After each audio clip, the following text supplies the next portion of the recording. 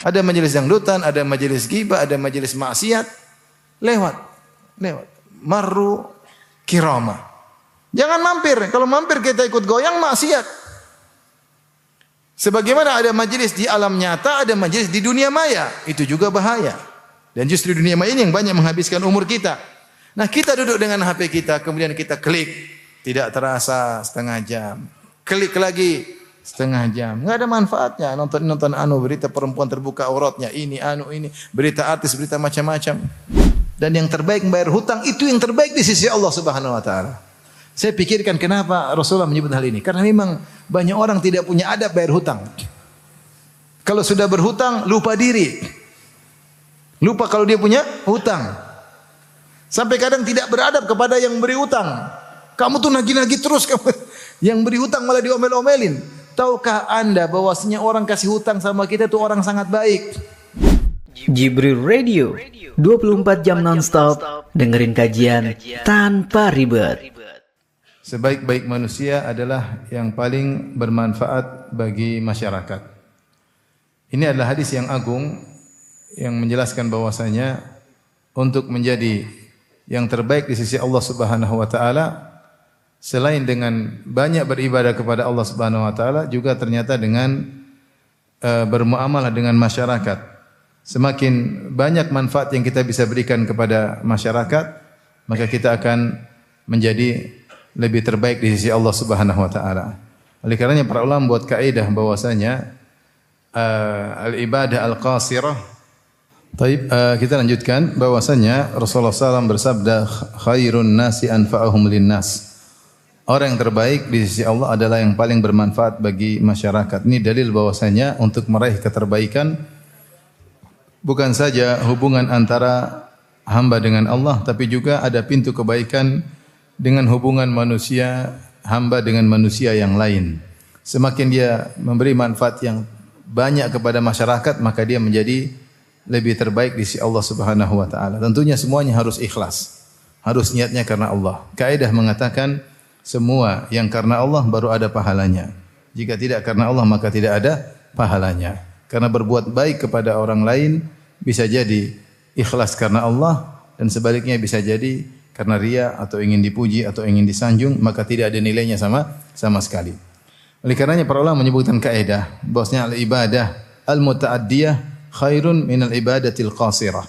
Ibadah yang manfaatnya melampaui sang pelaku ibadah tersebut, manfaatnya kepada orang lain lebih baik daripada ibadah yang manfaatnya hanya untuk diri sendiri.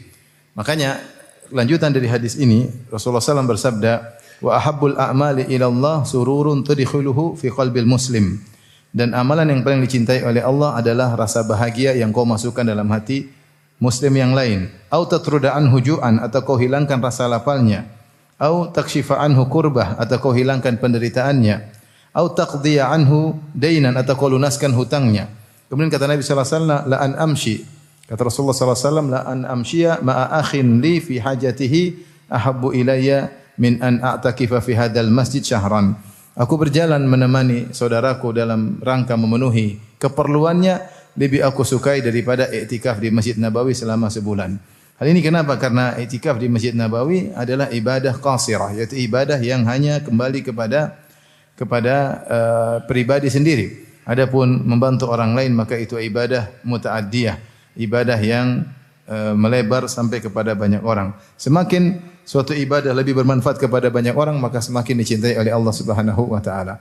Maka dari sini para ulama menyebutkan ketika Nabi sallallahu alaihi wasallam menjelaskan tentang 7 golongan yang Allah naungi pada hari kiamat kelak dalam hadis yang agung, kata Nabi sallallahu alaihi wasallam, sab'atun yudhilluhumullah fi yaumin la dhilla illa dhilluh. 7 golongan yang dinaungi oleh Allah pada hari kiamat tatkala matahari dalam jarak 1 mil di bawah naungan Allah Subhanahu wa taala, semua orang-orang hebat. Yang pertama Nabi sebutkan adalah imamun adil, imam yang adil. Rasulullah berkata imamun adil, imam yang adil, syabun nasya fi ibadatillah, anak muda yang tumbuh dalam ketaatan kepada Allah. Rajulani tahabba fillah ijtama'a alaihi wa tafarraqa alaihi, 2 orang saling mencintai karena Allah, bertemu karena Allah, berpisah karena Allah. Kemudian rajulun qalbuhu mu'allaqun bil masajid, seorang yang selalu rindu ingin ke masjid. Yang kelima rajulun da'atum ra'atun dhatu mansibin wa jamalin faqala inni akhafullah, seorang laki yang dirayu oleh seorang wanita yang cantik jelita dan kaya raya, kemudian dia berkata aku takut kepada Allah. Yang keenam, rajulun tasaddaqa biyaminihi fa akhfaha hatta la ta'lama shimaluhu ma tunfiqu yaminuhu. Seorang yang bersedekah dengan tangan kanannya, kemudian dia sembunyikan sampai tangan kirinya tidak tahu apa yang disedekahkan oleh tangan kanannya. Dan yang ketujuh, rajulun dzakarallaha khalian fa fadat aynah. Seorang yang sendirian mengingat Allah kemudian dia menangis. 7 orang ini hebat semua. Dan yang paling hebat yang pertama yaitu imamun adil, imam yang adil. Bahkan Syekhul Islam Ibnu Taimiyah rahimahullah taala berkata, imam yang adil adalah afdhalul mujahidin fi zamanihi. Imam yang adil adalah mujahid yang terbaik di zamannya. Dia berjuang untuk kesejahteraan rakyat, dia berjuang untuk menjunjung keadilan, itu butuh perjuangan. Maka dia adalah seorang mujahid. Dan dia yang terbaik dari 7 golongan yang disebutkan karena manfaat dia yang paling melebar. Manfaat dia yang paling banyak, ya. Karena jika seorang imam adil, maka yang akan merasakan keadilannya mungkin bisa ratusan ribu, bisa jutaan, bisa banyak yang bisa merasakan keadilannya. Oleh karenanya dia yang terbaik di antara 7 yang lainnya. Dari sini kita tahu bahwasanya di antara manusia yang paling dicintai oleh Allah Subhanahu wa taala adalah yang paling bermanfaat bagi yang lainnya.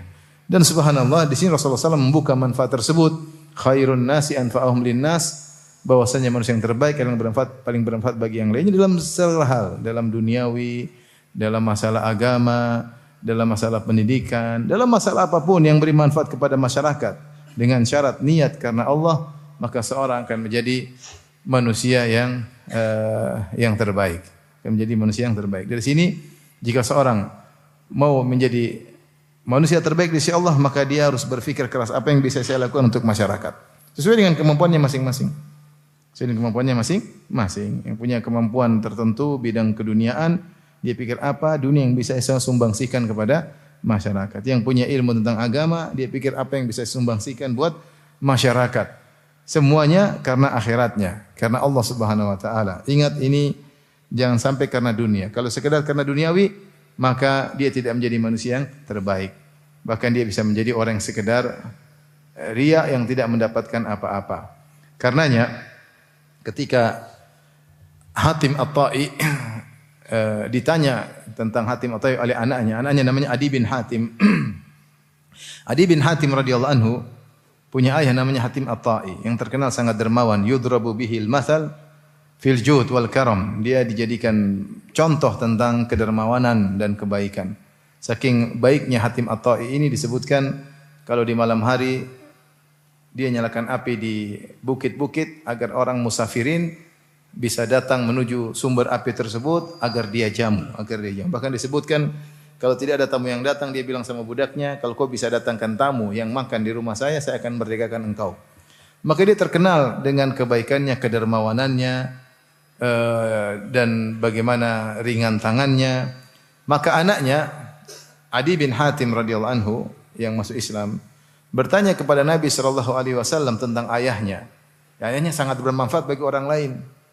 Maka Adi bin Hatim berkata, "Ya Rasulullah, abi kana abi."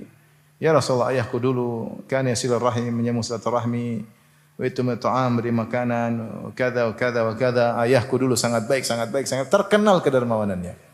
Apakah bermanfaat? Apa kata Nabi sallallahu alaihi wasallam? Kana abuka yuridu amran fa asabahu. Ayahmu dulu Hatim At-Tai, ketika dia melakukan segala kebaikan tersebut, dia ingin sesuatu dan dia mendapatkannya. Ditafsirkan oleh para ulama atau datang dari riwayat yang lain, az-dzikr. Dia ingin disebut-sebut. Itu dia riya. Dan dia mendapatkannya. Sampai sekarang kita sebut-sebut dia, tapi dia tidak dapat pahala sama sekali. Kenapa? Ketika dia melakukan tersebut hanya karena apa? Duniawi, ingin disanjung, ingin dipuji, dan dia mendapatkan pujian tersebut. Makanya seorang waspada ketika memberi manfaat kepada orang lain, hendaknya dia tulus karena Allah Subhanahu wa taala, bukan karena mencari sanjungan dan pujian. Syiarnya sebagaimana perkataan orang-orang yang beriman, innama nut'imukum liwajhillah la nuridu minkum jazaa'an wala syukura. Sungguhnya kami beri makan kepada kalian karena mencari wajah Allah dan kami tidak butuh balasan terima kasih dari kalian dan kami tidak butuh balasan jasa dari kalian. Ya, inna nakhafu min rabbina yauman abusan qamtarira. Kami itu memberi makan kepada kalian dengan ikhlas karena kami takut hari kiamat kelak. Itu yang buat kami berbuat baik kepada kalian. Maka seorang terpacu untuk melakukan yang terbaik buat masyarakat. Apa yang dia bisa lakukan? Pendidikan kah? Agama kah? Bikin TPA kah? Bikin apa saja yang bisa bikin masyarakat. Membuka lapangan pekerjaan buat orang-orang susah. Enggak ada masalah. Tapi niat harus karena Allah. Sehingga dia menjadi manusia yang terbaik. Ada Syekh Abdul Razak pernah ngobrol sama seorang kawan. Kemudian dia nasihati. Dia bilang, bayangkan engkau punya pekerja sekitar 10.000 orang. Kalau niatkan karena Allah betapa banyak pahala. Dia punya pegawai 10.000 orang. 10.000 orang ini, di balik 10.000 orang ini ada istrinya, ada anak-anaknya. Dia mengayomi 10.000 dikali mungkin 2 dikali 3. Kalau niat karena Allah betapa banyak pahala yang didapatkan, membuka lapangan pekerjaan buat masyarakat. Ya. Demikian juga para dokter, kalau diberi kemampuan oleh Allah untuk mengobati, maka tidak semua kita tarik tarif. Lihat ada orang susah enggak usah bayar atau di korting, ya. Kita beri manfaat kepada masyarakat. Jangan sekadar mencari dunia. Mencari dunia kita alhamdulillah dapat diberikan oleh Allah Subhanahu wa taala. Sisanya kita berusaha memberi manfaat yang terbaik bagi masyarakat. Kalau seorang bekerja di misalnya PNS atau di jabatan, berusaha menjadi pejabat yang terbaik, beri manfaat kepada masyarakat, bikin aturan yang terbaik yang lebih bermanfaat bagi masyarakat. Demikian juga dalam segala strata jabatan, apakah dia RT, apakah RW, apakah camat, apakah bupati, apakah wali kota, apakah gubernur, dan seterusnya. Maka seorang berusaha berkhidmat kepada masyarakat dengan sebaik-baiknya, karena semakin banyak yang bahagia karena kerjaan dia, maka dia menjadi yang terbaik di sisi Allah Subhanahu wa taala. Dan kaidah menyatakan semua yang Nabi mengatakan manusia terbaik adalah begini, adalah begini, adalah begini, maka kebalikannya manusia yang terburuk adalah yang lawannya. Kalau ditanya manusia terburuk apa? Manusia terburuk yang paling bikin masalah sama masyarakat. Itu manusia apa yang terburuk? Manusia terburuk siapa yang paling bikin mudarat kepada masyarakat? Manusia terburuk siapa yang paling mencuri harta masyarakat? Ini manusia terburuk. Manusia terburuk di sisi Allah Subhanahu wa taala. Makanya Rasulullah bersabda, "Inna rijalan yatakhawaduna fi malillahi bighairi haqq, falahumun naru yaumal qiyamah." Sungguh sebagian orang mengolah harta masyarakat, yaitu harta rakyat tanpa hak, diambil untuk dirinya, untuk keluarganya, untuk kesenangannya, tanpa hak, maka bagi mereka neraka pada hari kiamat kelak. Bukan memberi sumbangsi kepada masyarakat, malah merugikan masyarakat. Wal iyadzubillah, jadilah dia manusia terburuk di sisi Allah Subhanahu wa taala. Semakin sering mengganggu masyarakat, semakin buruk di sisi Allah Subhanahu wa taala. Apa kata Nabi sallallahu alaihi wasallam? Inna syarran nasi manzilatan yaumal qiyamah man wada'ahu an-nas ittaqa fuhsyi. Punya orang yang paling buruk di sisi Allah pada hari kiamat kelak, orang yang ditinggalkan masyarakat karena takut mulutnya yang buruk. Mulutnya yang buruk. Tidak ada yang nyaman sama dia. Ini baru gangguan mulut saja, dia menjadi terburuk di sisi Allah Subhanahu wa taala. Bagaimana lagi dengan gangguan harta, mengambil harta orang, yang merugikan bangsa dan negara. Ini lebih parah lagi karena efek yang dia rasakan sangat banyak. Saya sering bilang kalau ada orang disuruh bikin proyek misalnya, bikin jalan, kemudian dia korupsi proyek tersebut. Akhirnya jalannya menjadi tipis, aspalnya kurang, lebih kecil, cepat rusak. Tapi dia mungkin dapat untung, mungkin miliar-miliar dikantongi. Tapi jalan berlobang-lobang. Setiap hari mungkin 1.000 mobil kecikelek. Setiap ada mobil cikelek, dia dapat dosa. Cikelek, dosa terus. Kemudian kalau korupsi kadang-kadang yang korupsi kadang-kadang bukan orang miskin, udah kaya. Ya. Tapi begitulah, terkadang Allah menyiksa sebagian orang dengan hartanya. Ketidakpuasannya membuat dia akhirnya melakukan hal yang diharamkan oleh Allah Subhanahu wa taala. Maka ikhwan dan akhwat yang rahmati Allah Subhanahu wa taala, masing-masing kita berusaha untuk berfikir masa depan kita di akhirat. Jadilah manusia yang terbaik dengan menjadi orang yang paling bermanfaat bagi masyarakat. Tetangga-tetangga kita, kampung kita pikirkan kalau di kampung belum ada TPA, bikin TPA. Kita jadi perintis, jadi pelopor, kita keluarkan uang, kita berusaha. TPA jalan, kita yang dapat pahala. Kalau di masjid belum ada pengajian, kita bikin pengajian rutin agar orang-orang dapat hidayah, belajar, ada sarana untuk mengingat Allah Subhanahu wa taala. Bikin apa yang bisa kita lakukan terbaik, maka lakukanlah. Apalagi kalau pejabat memiliki kemampuan untuk memerintah, mengatur, maka kesempatan dia untuk menjadi manusia terbaik sangat besar. maka imam yang adil, pemimpin yang adil adalah manusia terbaik pada hari kiamat kelak. Bahkan kata Syekhul Islam Ibnu Taimiyah rahimahullah, afdhalul mujahidin, mujahid yang terbaik.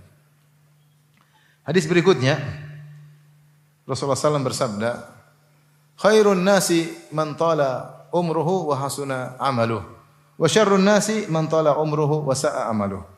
Kata Nabi SAW, sebaik-baik manusia adalah yang panjang umurnya dan baik amalnya. Dan kaidah sudah kita katakan, kalau Rasulullah mengatakan sebaik-baiknya maka seburuk-buruknya lawannya. Dan seburuk-buruk manusia adalah yang panjang umurnya dan buruk amalnya. Ada dua model manusia, satu panjang umur amalnya baik, satu panjang umur amalnya buruk. Yang satu manusia terbaik, yang satunya lawannya manusia terburuk. Ini adalah keterbaikan manusia di sisi Allah ditinjau dari bagaimana dia memanfaatkan umurnya. Bahwasanya umur yang Allah berikan kepada dia tidak terbuang-buang. Dia gunakan untuk beramal saleh. Karena Nabi SAW mengatakan, khairun nasi man tala umruhu. Sebaik-baik orang yang panjang umurnya, wa hasuna amaluhu, dan amalnya yang terbaik. Kita lihat sebagian ulama di zaman kita, Masya Allah, diberi umur sampai 90 tahun lebih.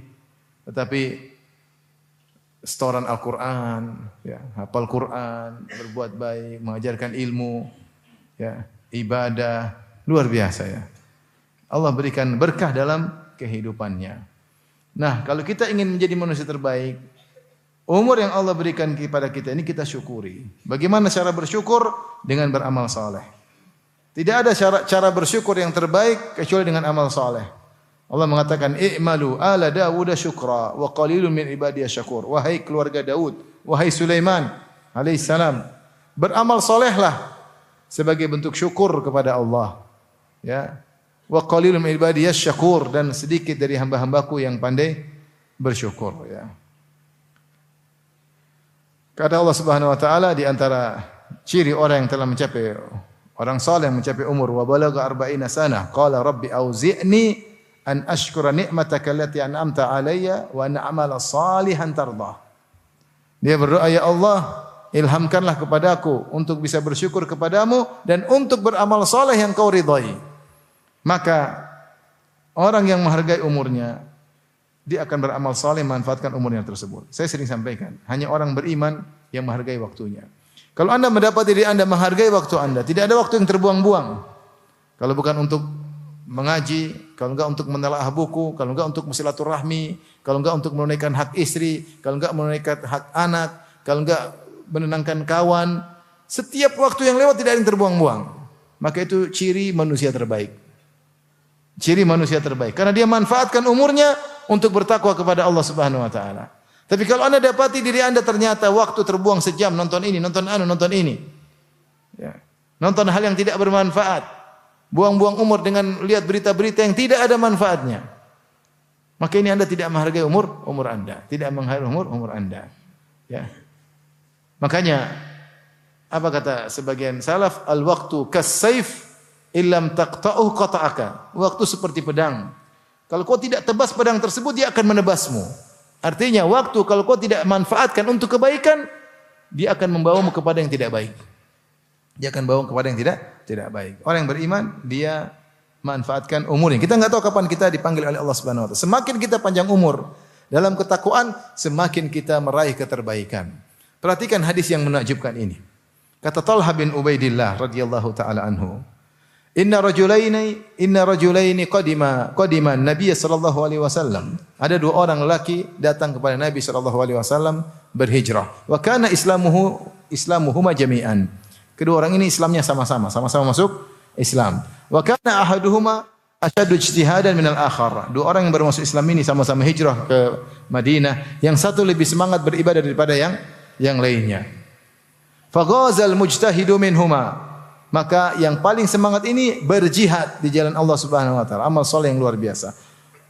Tsumma stushhid, kemudian dia mati syahid.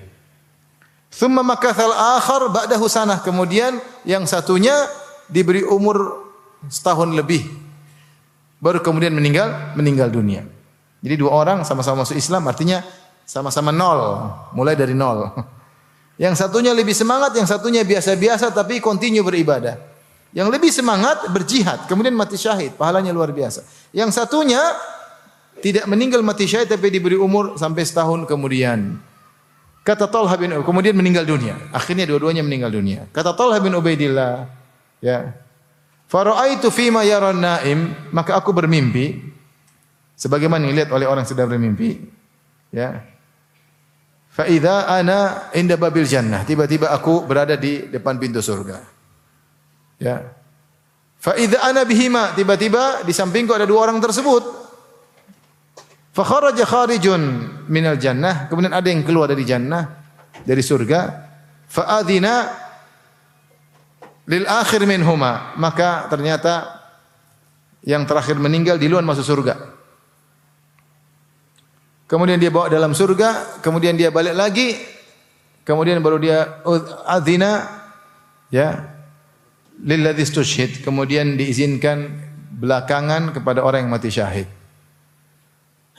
Tsumma raja'a ilayya, kemudian duanya datang kepada aku, dua orang tersebut sudah masuk surga, kemudian berkata kepadaku, irji falam ya'ni lakal an, belum waktunya kau masuk surga. Kemudian Talha bin Ubaidillah masuk, bangun tidur.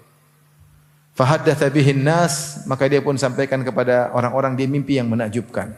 Kenapa menakjubkan? Karena dua orang ini yang lebih semangat masuk, yang lebih semangat beribadah dan mati syahid justru masuk surga belakangan. Sementara yang biasa-biasa tapi continue dalam ibadahnya masuk surga duluan. Fa ajibu min dzalik, maka mereka pun heran sampai mereka kabarkan kepada Nabi sallallahu alaihi wasallam. Nabi berkata, "Mimma ta'jabun?" Apa yang buat kalian takjub? Mereka berkata, "Ya Rasulullah, ini dua orang, yang satu mati syahid, yang satu tidak. Kenapa yang tidak mati syahid masuk surga lebih dahulu daripada yang mati syahid?" Apa kata Nabi sallallahu alaihi wasallam? "Alaisa qad makatha hadza ba'dahu sanatan?" Bukankah orang yang kedua masih diberi umur panjang setahun setelah wafatnya orang yang pertama? Fa adraka Ramadan fasama, bukankah selama 1 tahun tersebut dia mendapatkan bulan Ramadan dan dia berpuasa? Alaisa qad shalla kam sajada fi sanah, bukankah dia telah sujud selama 1 tahun, berapa kali sujud? Falama bainahuma ab'ada ma baina sama'i wal ard, sungguh jarak antara surga keduanya lebih jauh daripada langit dan bumi. Lihat orang yang ini, yang kedua, yang mungkin ibadahnya tidak sehebat yang pertama, tapi dia diberi anugerah umur yang panjang. Yang dalam 1 tahun tersebut dia bisa beramal soleh yang sangat banyak sehingga mengungguli orang yang mati syahid yang pertama yang lebih semangat ibadah daripada dia. Oleh karenanya ikhwan, kalau Allah berikan kita umur yang panjang, manfaatkan, jangan kita buang-buang agar menjadi manusia yang terbaik. Bukan sebaliknya, syarrun nas, orang yang terburuk, man tala umruhu wa sa'a amaluh, orang yang panjang umurnya dan buruk amalnya. Hari-harinya dia lewati untuk maksiat atau membuang-buang waktu yang tidak ada manfaatnya. Allah Subhanahu wa taala berfirman tentang ciri-ciri penghuni surga.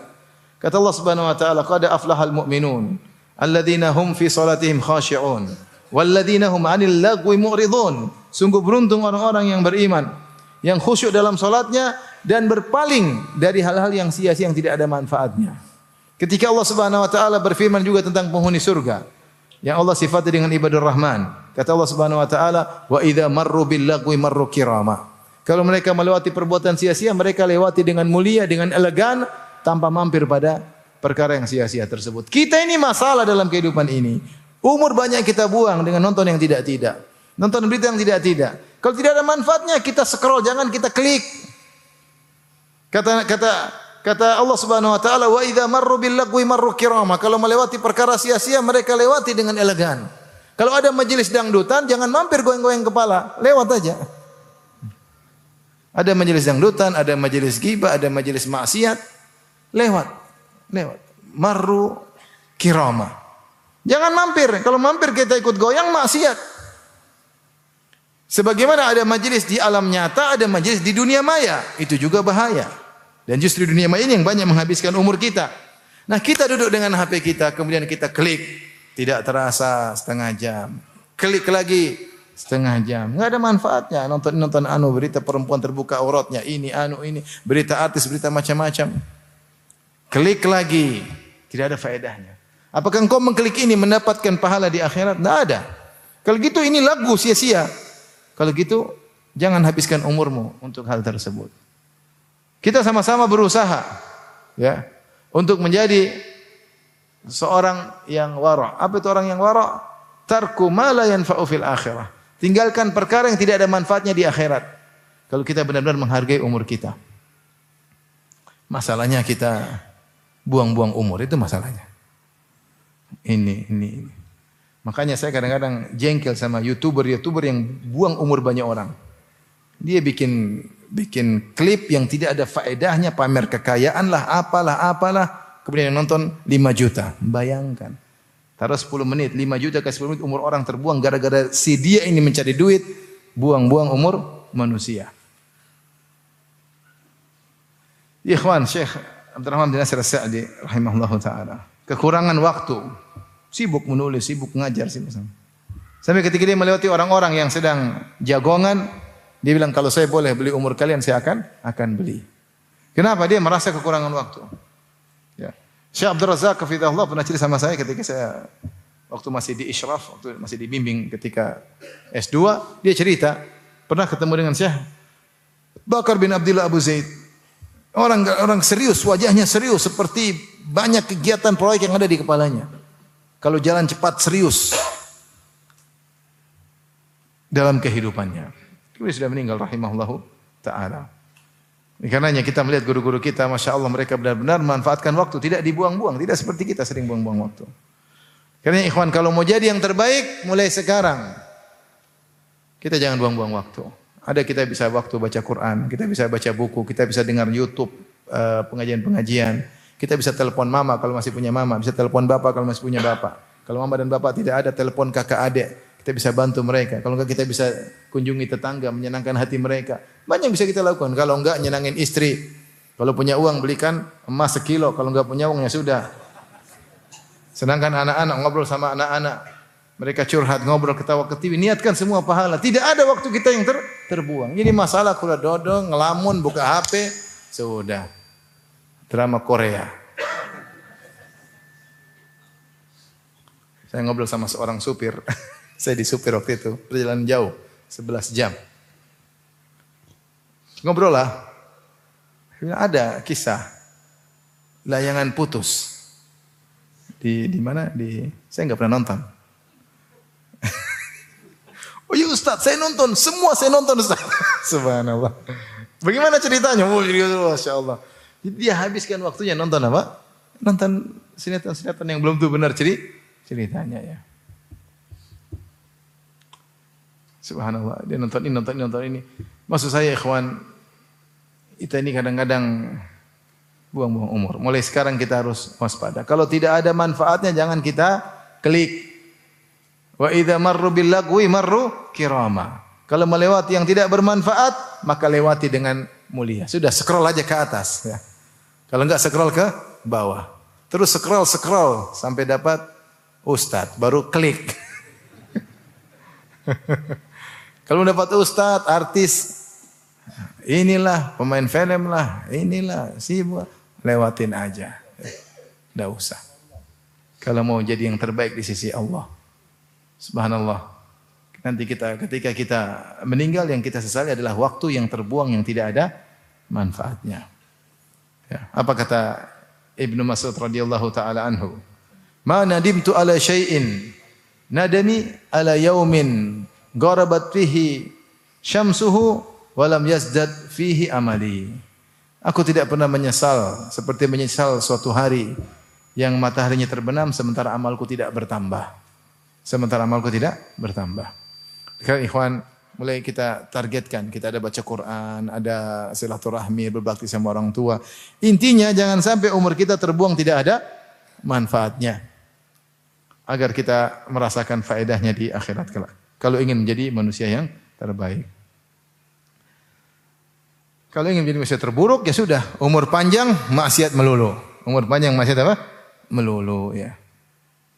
Saya sering sampaikan nih, kalau dahulu disebutkan bahwasanya kata Ibnu Rajab Al-Hambali, sungguhnya penduduk kota Madinah, kalau mereka sudah berumur 40 tahun, akhbalu alal ibadah, maka mereka fokus ibadah. Kalau sudah umur berapa? 40 tahun. Kesibukan dunia mereka kurangi dan mereka fokus untuk ibadah. Itu penduduk kota Madinah di zaman dahulu.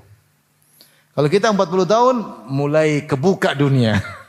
Mulai banyak relasi, mulai banyak. Harusnya kita mulai kalau sudah mulai tua, sudah kurangilah relasi. Mulai kita left grup-grup yang tidak bermanfaat. Grup yang buang-buang umur kita left, enggak usah ragu-ragu. Cari grup yang bermanfaat. Kita punya waktu untuk baca Quran, kita waktu untuk berzikir, bisa ada waktu untuk zikir pagi petang. Sekarang kita kayak kekurangan waktu, kayak yang sibuk. Sibuk apa? Sibuk ngegrup. WhatsApp ting tang.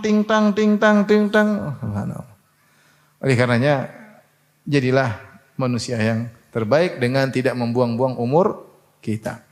Taib, hadis yang lain yang juga tentang Rasulullah SAW menjelaskan tentang manusia yang terbaik seperti sabda Nabi SAW, khairukum li ahlihi wa ana khairukum li ahli. Sebaik-baik kalian adalah yang terbaik bagi istrinya dan aku adalah suami yang terbaik. Ini hendaknya dijadikan pelajaran bagi para lelaki yang punya istri. Kalau yang jomblo ya sudahlah, itu kita tidak bicara. Kita bicara tentang lelaki yang sudah punya istri. Kalau Anda ingin menjadi manusia terbaik di sisi Allah, jadilah suami yang terbaik.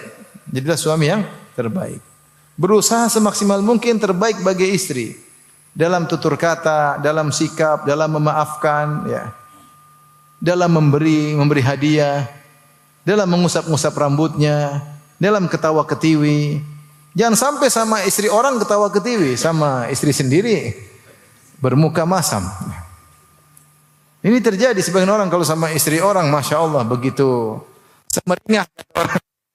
Sama istri sendiri, abus wajah muka masam. Abasa wa tawalla. Wajah muka masam. Gimana? Sama istri orang, Masya Allah, semangat luar biasa. Ya. Kita menjadi suami terbaik bagi istri karena itu berpahala. Ingat hadis ini. Kalau istri punya kekurangan, begitulah sifat wanita. Antum mengerti enggak sih yang punya istri? Wanita itu punya apa? Kekurangan. Makanya Rasulullah SAW mengatakan, "Innal mar'ata khuliqat min dhila." Wanita itu diciptakan dari tulang rusuk yang bengkok. Wa inna awaja syai'in fi dhila a'lahu, dan yang paling bengkok dari tulang rusuk adalah bagian atas. Kata sebagian ulama, maksudnya lisan wanita itu bengkok. Ngomong enggak pernah lurus. Ini dari curhatan hati nih. Bercanda aja. Jadi Rasulullah sebutkan itu bukan untuk mencela wanita. Rasulullah sebutkan itu supaya kita beri uzur kepada mereka. Bosnya wanita memang seperti itu.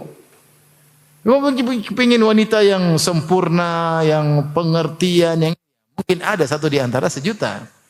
Ya. Pengen istri seperti Khadijah radhiyallahu anha, sementara kamu bukan seperti Muhammad. Pengen istri seperti Khadijah, kamu Abu Jahal. Bagaimana ceritanya?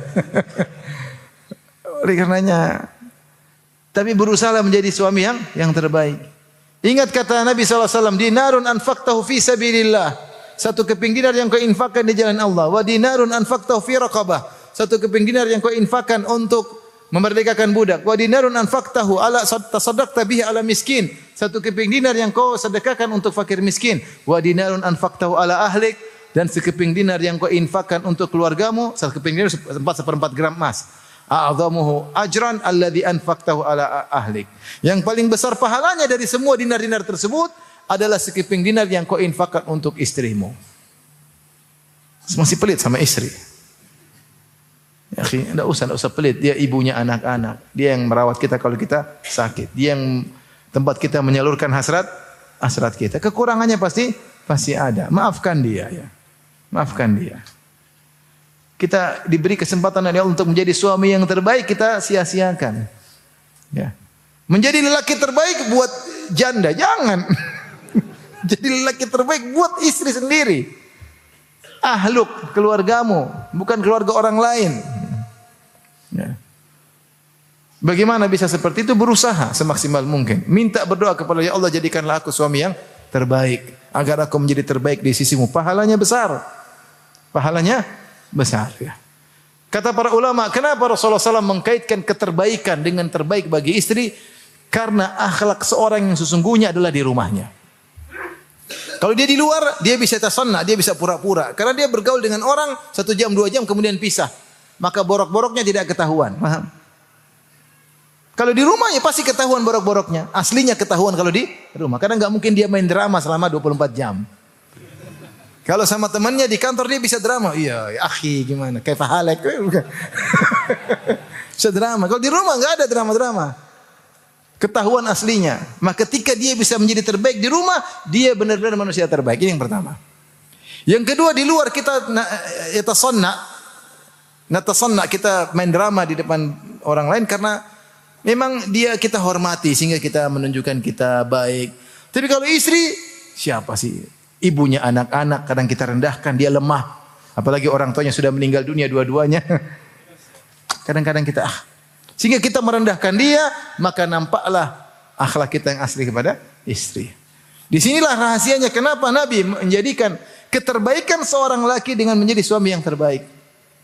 Karena dia kalau bisa sabar terhadap istrinya, kemudian dia bisa berbagi kepada istrinya, tidak pelit sama istrinya, mau mendengar obrolan istrinya, mau mengusap-ngusap kening istrinya, mau mencium kening istrinya, ya, mau memijit istrinya. Insya Allah dia menjadi laki yang terbaik. Saya selalu sampaikan bagaimana Ummu Salamah radhiyallahu taala anha ketika suaminya meninggal Abu Salamah. Kemudian dia ingat hadis dari Abu Salamah dari Nabi sallallahu alaihi wasallam, jika seorang terkena musibah hendaknya membaca doa, Allahumma jurni fi musibati hadza wa akhlif li khairan minha. Ya Allah, berilah aku pahala atas musibah yang aku terima dan gantikan yang lebih baik bagiku.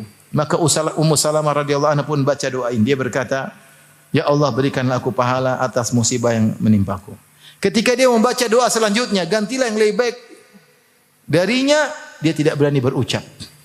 Dalam batinnya berkata, man khairun min Abi Salamah. Siapa yang lebih baik daripada suamiku? Subhanallah. Sehingga dia mengucapkan berat, padahal doanya harus berucap, ya Allah, berilah ganti yang lebih baik. Tapi ketika dia mau mengucap, batinnya menolak, mengatakan man khairun min Abi Salamah. Siapa sih yang lebih baik daripada suamiku? Akhirnya dia pun ucapkan. Dia bilang, ya Allah, berilah ganti yang lebih baik dariku. Akhirnya yang Allah ganti dengan Rasulullah sallallahu alaihi wasallam. Itu pun ketika Rasulullah SAW melamar, dia berusaha menolak. Karena begitu agungnya Abu Salamah di hatinya. Saya bilang, ya Rasulullah, kau ingin menikahi saya? Rasulullah, saya tua, anak saya banyak, saya pencemburu. Dia kasih syubhat buat Nabi. Maka Nabi bantah semuanya. Kata Nabi SAW, adapun kau tua, saya juga apa? Tua. Nabi lebih tua dari dia. Adapun kau punya anak, semua saya yang akan urus. Adapun kau pencemburu, saya akan berdoa agar cemburumu hilang. Dan benar, Ummu Salamah tidak dikenal pencemburu di antara istri-istri Nabi sallallahu alaihi wasallam. Tapi maksud saya, lihat bagaimana dia berkata, man khairun min Abi Salamah. Siapa yang lebih baik daripada suamiku? Abu Salamah. Kalau istri antum cerita sama orang, bagaimana suamimu? Masya Allah. Masya Allah. Siapa yang lebih baik daripada suamiku? Wah. Antum masuk surga insyaallah, masuk surga. Masya Allah, masku itu luar biasa. Luar biasa. Aakmu luar biasa. Kakak, kakak top. Abang, Masya Allah. Tapi kalau istri sebaliknya, bagaimana suami anti? Masya Allah, amit-amit, Masya Allah. Allah musta'an. Oleh karenanya ikhwan dan akhwat, terutama bapak yang dirahmati Allah Subhanahu wa taala, berusahalah menjadi suami yang terbaik agar meraih keterbaikan di sisi Allah Subhanahu wa taala. Perlu perjuangan, iya perjuangan. Menghadapi istri bukanlah perkara yang mudah, ya. Memang benar ada sebagian orang diberi anugerah istri yang soleha sehingga tidak susah bagi dia menghadapi istri. Tapi sebagian orang diuji dengan istri yang mungkin setengah-setengah soleha. Yang soleha justru pembantunya. Yang nyiapkan makanannya, nyiapkan bajunya, pembantunya. Pembantu yang soleha, istrinya wallahu alam. Maka dia berusaha untuk menjadi suami yang terbaik. Karena Allah, bukan berharap balas budi dari istrinya, enggak. Dia berusaha. Saya ingat, saya kaidah mengatakan, semua yang kita lakukan, kalau bukan karena Allah, enggak ada pahalanya. Oleh karena kita menjadi suami yang terbaik pun, karena siapa? Karena Allah. Kalau istri salah, maafkan. Jengkel, maafkan. Kalau kita bisa maafkan orang lain, istri lebih utama untuk kita maafkan. Kalau kita bisa kasih waktu buat teman kita, istri kita lebih utama untuk kita kasih waktu ngobrol dengan dia. Ya. Ini kalau ingin menjadi lelaki yang terbaik. Tapi kita lanjutkan. Tadi hadis yang ketiga. Ya. Di antara hadis yang juga menyebut tentang keterbaikan, seperti sabda Nabi SAW, khairukum ahsanukum qadaan. Sebaik-baik kalian adalah yang paling baik dalam membayar hutang. Ternyata membayar hutang juga ada adab. Dan yang terbaik membayar hutang itu yang terbaik di sisi Allah Subhanahu wa taala. Saya pikirkan kenapa Rasulullah menyebut hal ini. Karena memang banyak orang tidak punya adab bayar hutang. Kalau sudah berhutang lupa diri. Lupa kalau dia punya hutang. Sampai kadang tidak beradab kepada yang memberi hutang. Kamu tuh nagih-nagih terus. Yang beri hutang malah diomel-omelin. Tahukah Anda bahwasanya orang kasih hutang sama kita itu orang sangat baik. Sekarang semua orang pegang uangnya. Takut ada perubahan ekonomi lah, inilah, isu inilah. Uang ditahan. Terus dia pinjamkan uang sama kita, itu orang baik. Dia menyelamatkan kita dari rentenir. Dia menyelamatkan kita dari konvensional, riba. Dia pinjamkan uang. Nah kalau dia sudah pinjamkan uang, ingat kebaikannya. Bayar pada waktunya. Kalau punya kemampuan bayar. Jangan tidak beradab. Jangan tidak beradab. Sampai ada kawan ngeluh sama saya. Ustaz, ini orang utang sama saya Ustaz. Saya tagih dia marah-marah. Kok bisa Pak? Iya saya pas tagih dia bilang, Bapak tuh gimana? Minggu lalu saya punya uang Bapak nggak tagih. Sekarang saya lagi nggak punya uang Bapak tagih. Ente yang bahlul, kalau punya uang bayar. Nggak usah ditagih. Subhanallah. Sampai akhirnya yang bayar memberi hutang ngemis-ngemis. Tolong Pak, bayar utangnya Pak. Tolong Pak. Bayangkan, ini kejadian. Yang kasih utang malah ngemis-ngemis. Sementara yang punya uang, saya belum ada. Subhanallah, ini gimana? Akhlak amburadul. Sebagian orang, Masya Allah, ke masjid. Begitu punya utang, menghilang. Subhanallah. Nomor diganti. Allahu Akbar. Subhanallah. Jadi benar Nabi ini ngomong pada tempatnya. Khairukum ahsanukum qadaan. Sebaik-baik kalian yang paling baik dalam bayar apa? Hutang. Saya umrah satu hari dengan dua teman saya. Si A dan si B. Si B punya utang sama si A. Ketika sampai di umrah ngobrol sama saya dua-duanya kaget lah. Si A ngomong, Ustaz, dia punya utang sama saya malah umrah. Allah. Subhanallah. Udah waktu jatuh tempo, sudah jatuh berulang-ulang temponya tidak bayar utang malah apa? Umrah, bawa istri, bawa ini, Masya Allah. Ini umrah dosa seperti ini.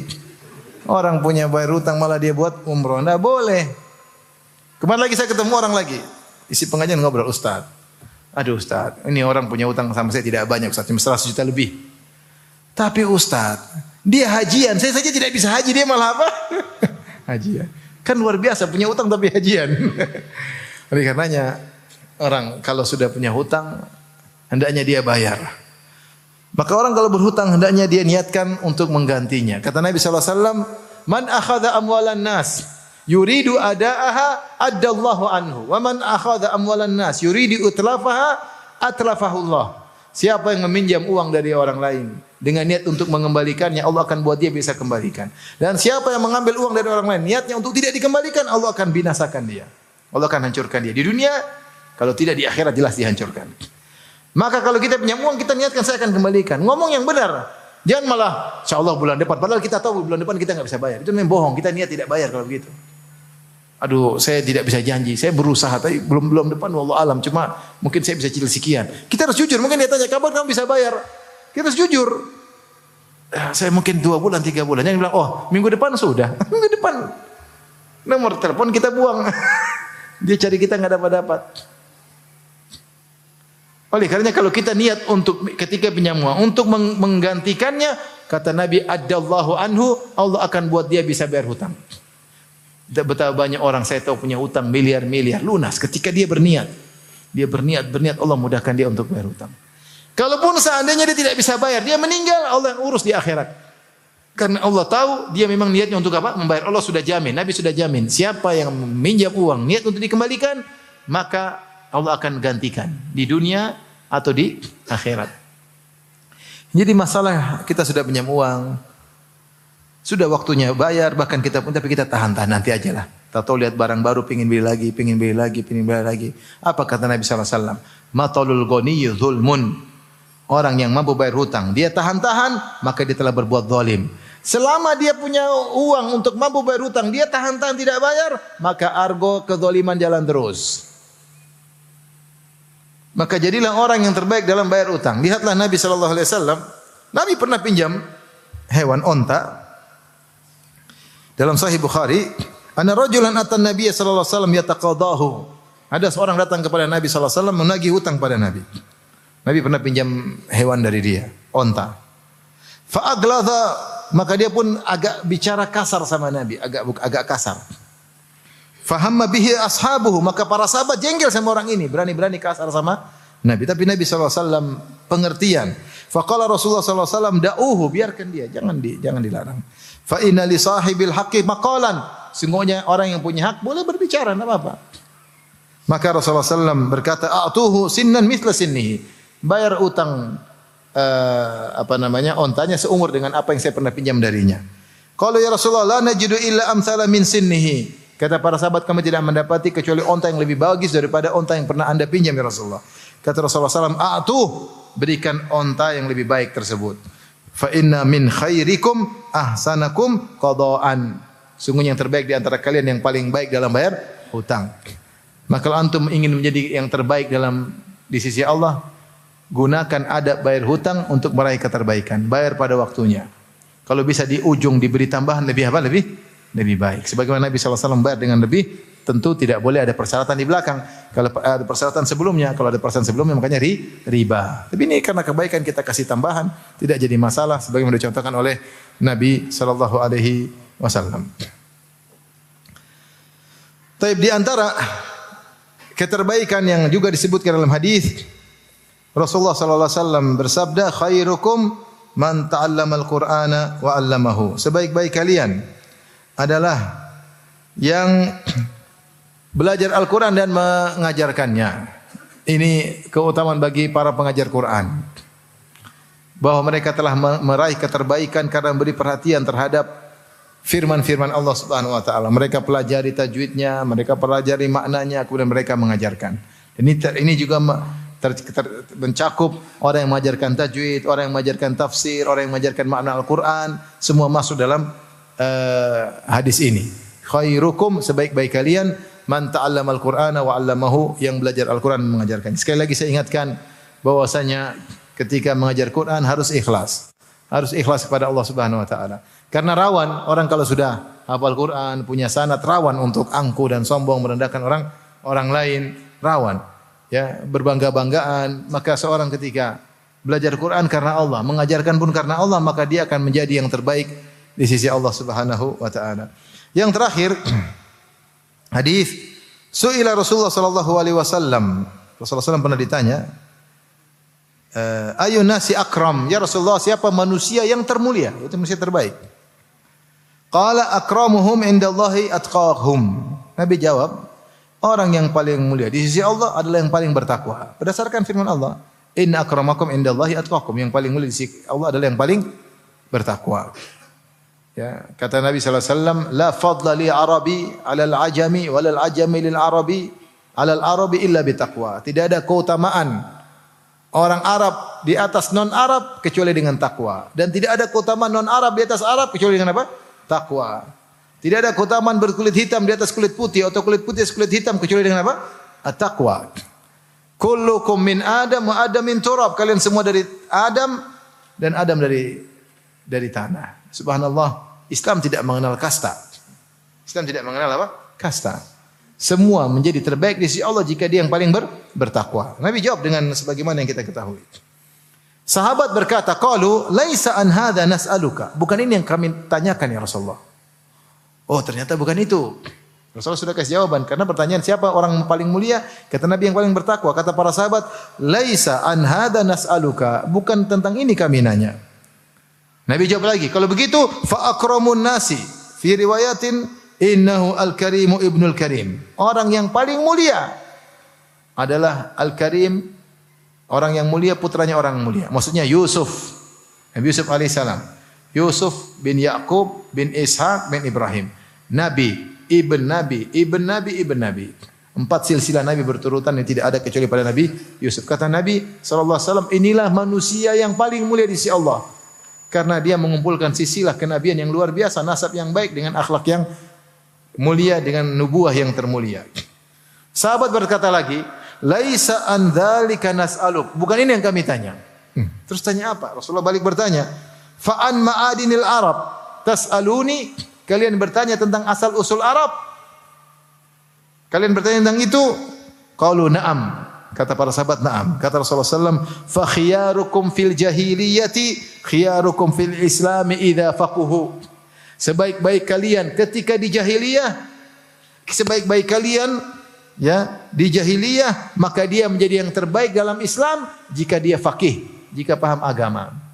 Si Rasulullah SAW mengatakan, ketika di zaman jahiliyah ada orang yang baik, dermawan atau asal usul yang baik, sopan santun dan yang lainnya, suka menolong. Ini orang kalau masuk Islam, dia juga menjadi yang terbaik. Dengan syarat idza faquhu, kalau dia belajar agama. Ini Rasulullah berbicara tentang jahiliyah dan Islam. Kalau kita bisa analogikan, demikian juga. Kita ini sebagian kita ada jahiliyah parsial, ya.